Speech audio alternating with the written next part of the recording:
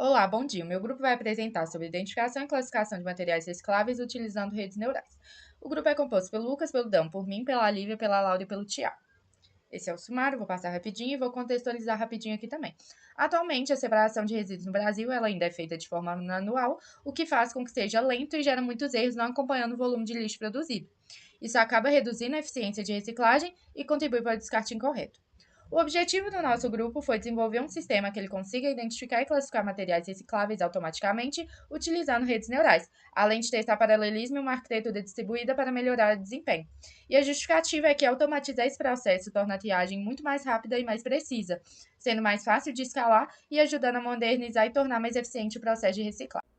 Sobre a revisão da literatura, aqui estão os 5 principais artigos que utilizamos como referência para o nosso trabalho, dando uma ênfase maior para o Hierarchical Waste Detection with Weakly Supervised Segmentation in Image from Recycled Plinths, que é o artigo responsável pela produção da base de dados que a gente utiliza no trabalho, e além também de propor um sistema hierárquico de detecção de resíduos em centrais de reciclagem, usando aí de segmentação com supervisão fraca.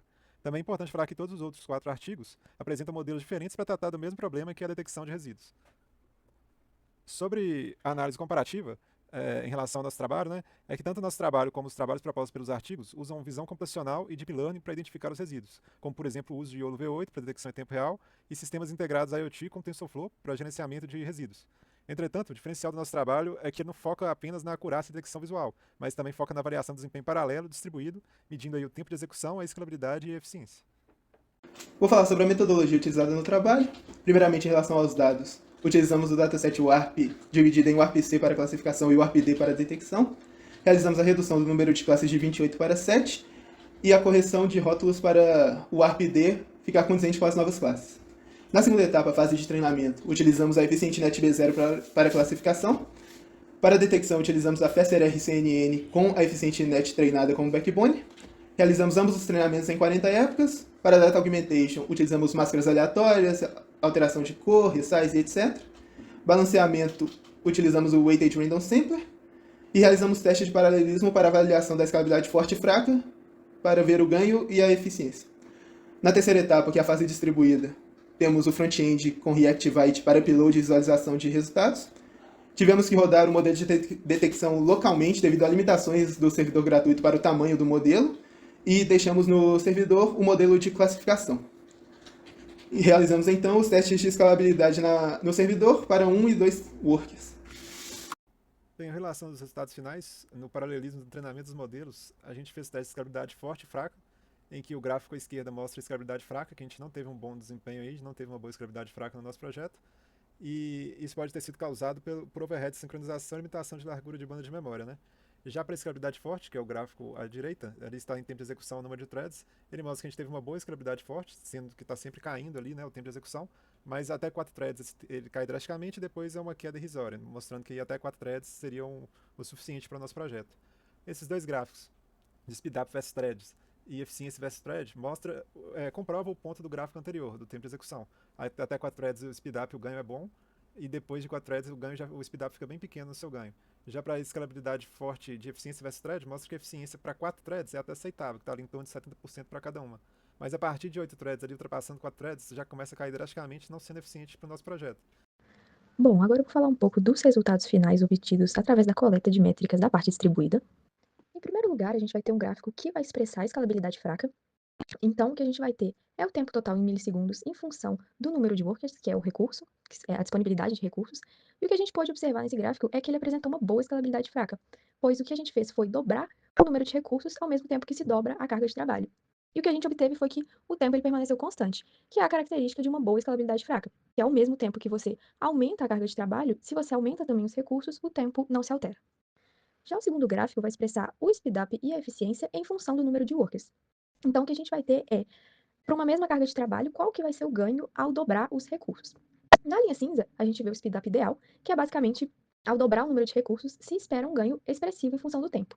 Mas o que a gente teve, que é representado pela linha azul, é um ganho muito inexpressivo. É um speedup que variou de 1 para aproximadamente 1,05. Isso demonstra que o sistema ele não apresenta uma boa escalabilidade forte, porque ele não reduz o tempo de execução à medida que mais recursos estão disponíveis. Agora, falando da métrica de eficiência, que é dividir o ganho pelo número de recursos, a gente vai ter um speedup de aproximadamente 1 dividido por 2 workers, que é o recurso, E a gente vai ter que cada worker ele está sendo usado apenas 50% da sua capacidade. Então, isso é um indicativo de uso ineficiente dos recursos distribuídos. Por último, a gente tem dois gráficos que vão expressar a relevância de cada uma das duas etapas no tempo total da aplicação. No primeiro gráfico, a gente vê que o tempo médio da etapa de detecção foi na casa de 1000 milissegundos.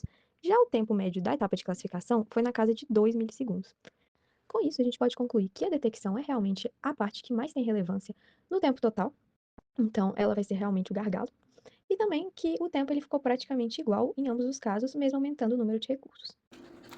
Agora falando sobre a conclusão, nós percebemos a detecção local como um gargalo, conseguimos uma classificação rápida no servidor, com um tempo de resposta satisfatório, percebemos uma alta escalabilidade em até 4 threads para o treinamento na CPU, obtivemos um bom modelo classificador, com 89% de acurácia nas instâncias de teste, e um modelo de detecção fraco, que embora detecte muitos objetos, ele não consegue uma bounding box precisa e nem uma classificação precisa dos mesmos objetos. Para uma demonstração real do sistema em funcionamento.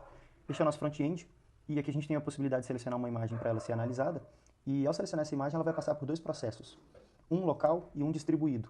O primeiro processo seria a identificação de materiais na imagem. Então vamos supor que a imagem é de um lixão, de uma imagem com bastante quantidade de lixo, e ele encontra 5 desses lixos como lixos recicláveis. E a partir daí, desse processamento local, a gente vai para o processamento distribuído, em que o mestre é chamado, que já está em nuvem, vocês vão poder ver, eu vou mostrar, e esse mestre distribui para 2 workers, para que eles façam a seleção. Então, por exemplo, se um receber uma garrafa, ele roda o algoritmo de classificação para que ele consiga realmente identificar se é uma garrafa. Basicamente é isso, fica uma classificação muito mais bem feita. Aqui está o worker rodando, eles já estão em deploy, aqui o mestre, o worker 2 e o worker 1. Aqui são os status do worker, não faz muito sentido a gente passar por isso agora. E aqui é para vocês verem o processo antes da gente executar, que na imagem são primeiro detectados os objetos, depois ele chama o mestre passando os objetos e recebe as classificações que o mestre faz. Então aqui vamos selecionar uma imagem. Essa aqui, por exemplo, eu já sei que ela tem 5 objetos recicláveis na imagem, 3 garrafas e 2 detergentes. Estou falando isso só para a gente já ter uma prévia do que vai acontecer, para que vocês consigam ver. Ele já está fazendo, aqui você vê que ele está em processamento ainda, né, no nosso terminal. Vamos aguardar que rapidamente ele já termine.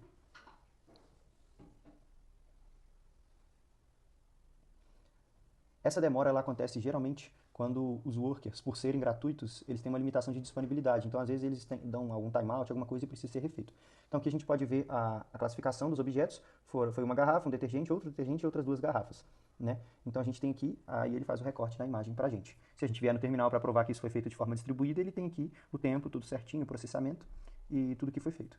Esse é basicamente o hands-on da parte distribuída do nosso sistema. Obrigado.